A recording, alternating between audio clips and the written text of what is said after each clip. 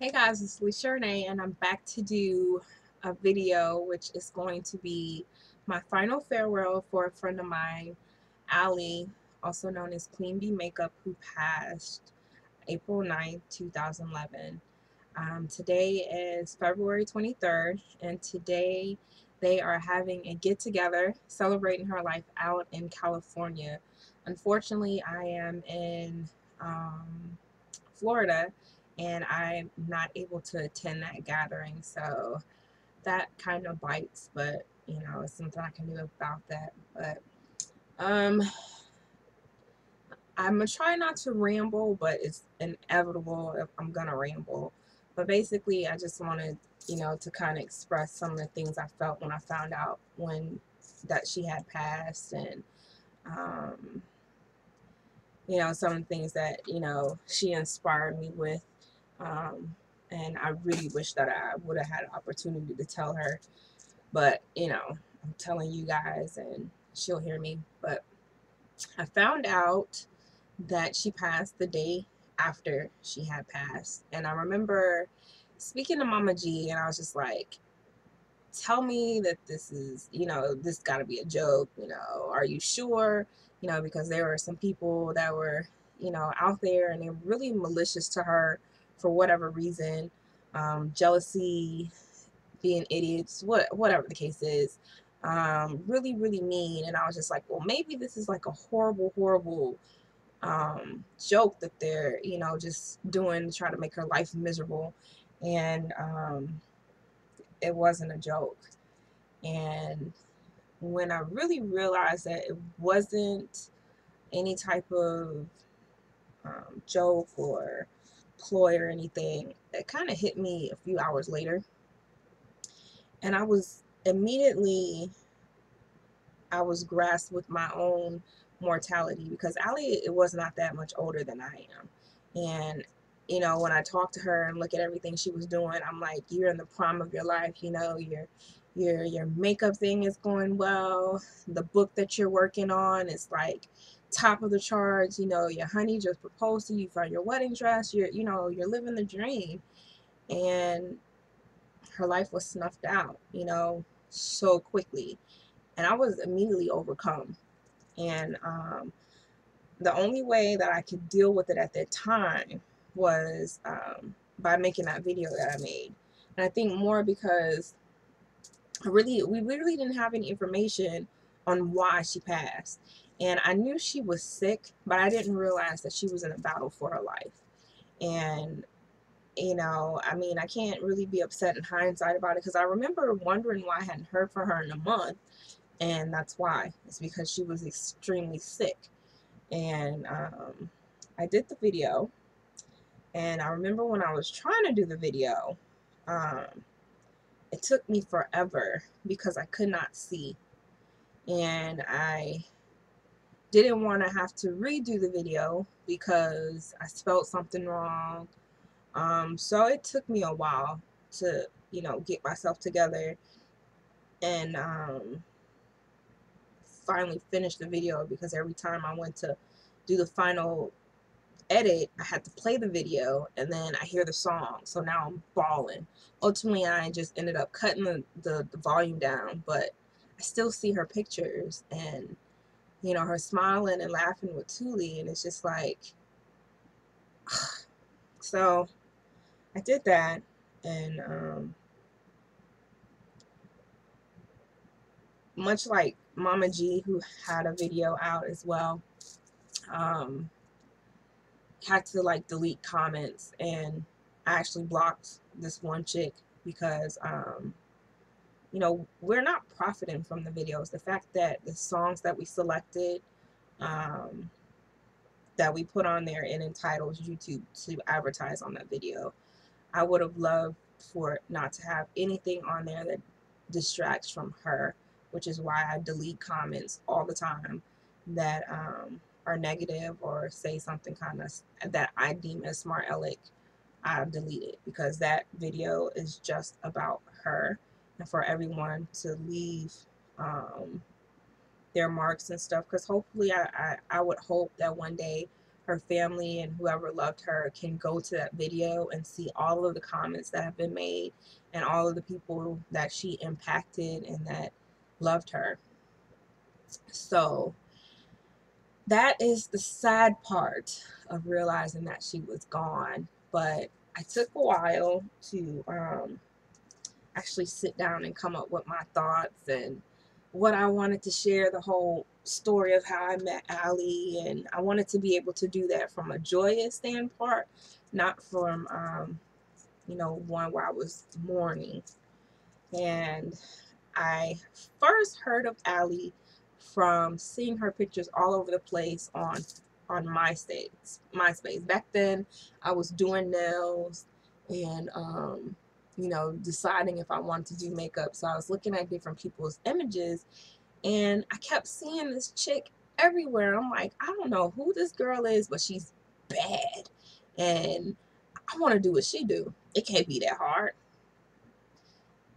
That was like the best thing about Ali. She made what she did look so effortless and so simple that she inspires you. Well, hey, if I go get that eyeshadow, I can do it too.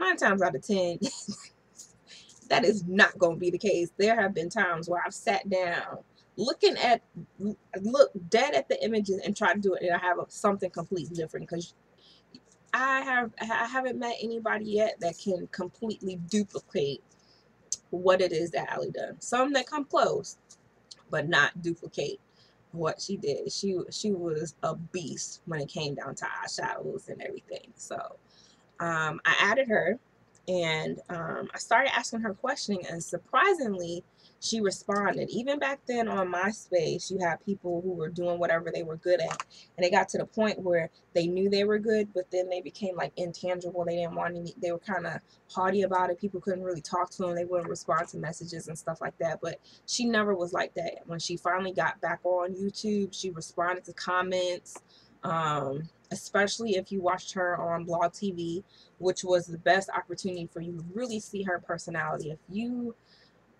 didn't have the opportunity of seeing her personality and speaking with her or anything like that, there is a video that she has up, and it's Blue and Green, Wet and Wild, featuring Heavenly Naturals. Now, everybody knows that she loved Heavenly Naturals. Even I tried Heavenly Naturals because of her. And yeah, so in this video, she ends up like, it's late at night. They had filmed it, and her and Thule were working on editing it or something, and she was trying to describe the color blue, and she couldn't really come up with anything, and she was just like the stars in the skies, and they sparkling, baby, and she just cracks up laughing. And that's like the perfect example of her personality. She was blunt, she was honest, she was genuine, and she was humble. She loved her family, and she loved herself some Thule. I mean, like when I said in the video, people will look a lifetime for what her and Thule have. Like, they look a lifetime for what those two have. I mean, like, really, how many boyfriends do you know who will go out and look for makeup and bring it home to her and get excited because he found a good color that she likes and stuff like that? I mean, I asked her, did Thule have a brother? Because, you know, I could use one and let him edit my videos and stuff too. I'm like, her videos was dope. Like, she had the best graphics and everything. I'm like, dang, I need a Thule so he can do my videos.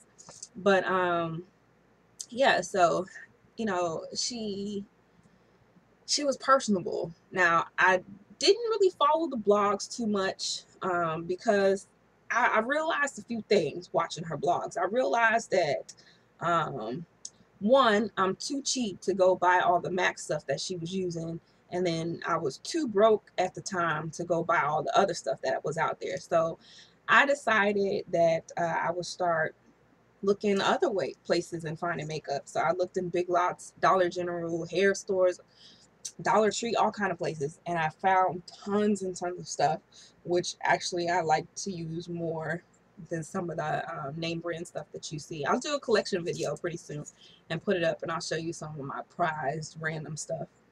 And I did a video, And it was the first time she commented on anything I put up, and it was for this brand. It was NK, and they don't have the names on them, they just have numbers. So I'm just looking, I was like, well, it's this NK number 3025, NK, I don't know, not known, I don't know what the company was.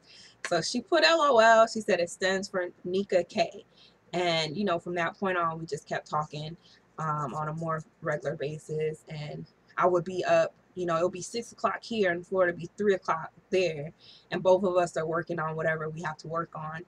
And we had something we called the Vampire Diaries, and you know, it was just random stuff that we would talk about, and we would say that most productive people are up at like ungodly hours in the morning working on stuff. So, you know, just a lot of memories of different things. Or I did a video with some glitter, and just, you know, you really, two things you don't realize. One, you don't realize the impact that you have on people to get them to go out and purchase things and try things out, you know, which is why I always try to be honest when you're endorsing something, because people will go out and try things based on the fact that you said, hey, this is good, you should try it.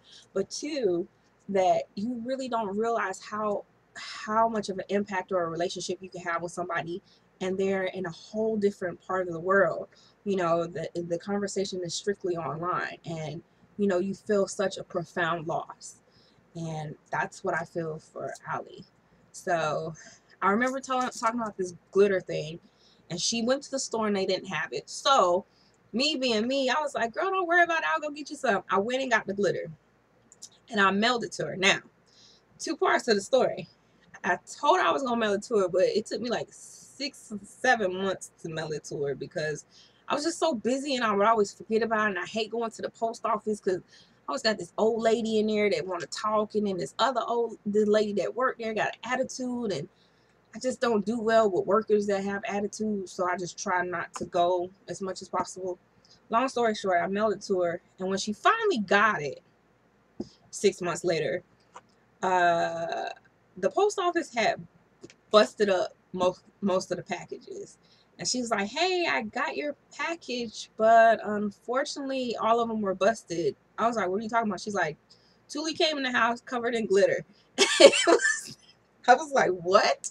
She's like, yeah, he's trying to salvage one of them, but you know, all the other ones are busted. And I'm just like, you know, we got to laugh out of glitter cover Thule, but you know, I was kind of disappointed that she didn't get to enjoy it the way I did. Sorry about that, Thule. I swear, you know, that was not my fault. You need to talk to the postmaster. But you know, just enjoyed different things with her. Enjoyed the random finds at Big Lots in the dollar store, and you know, trying different products. And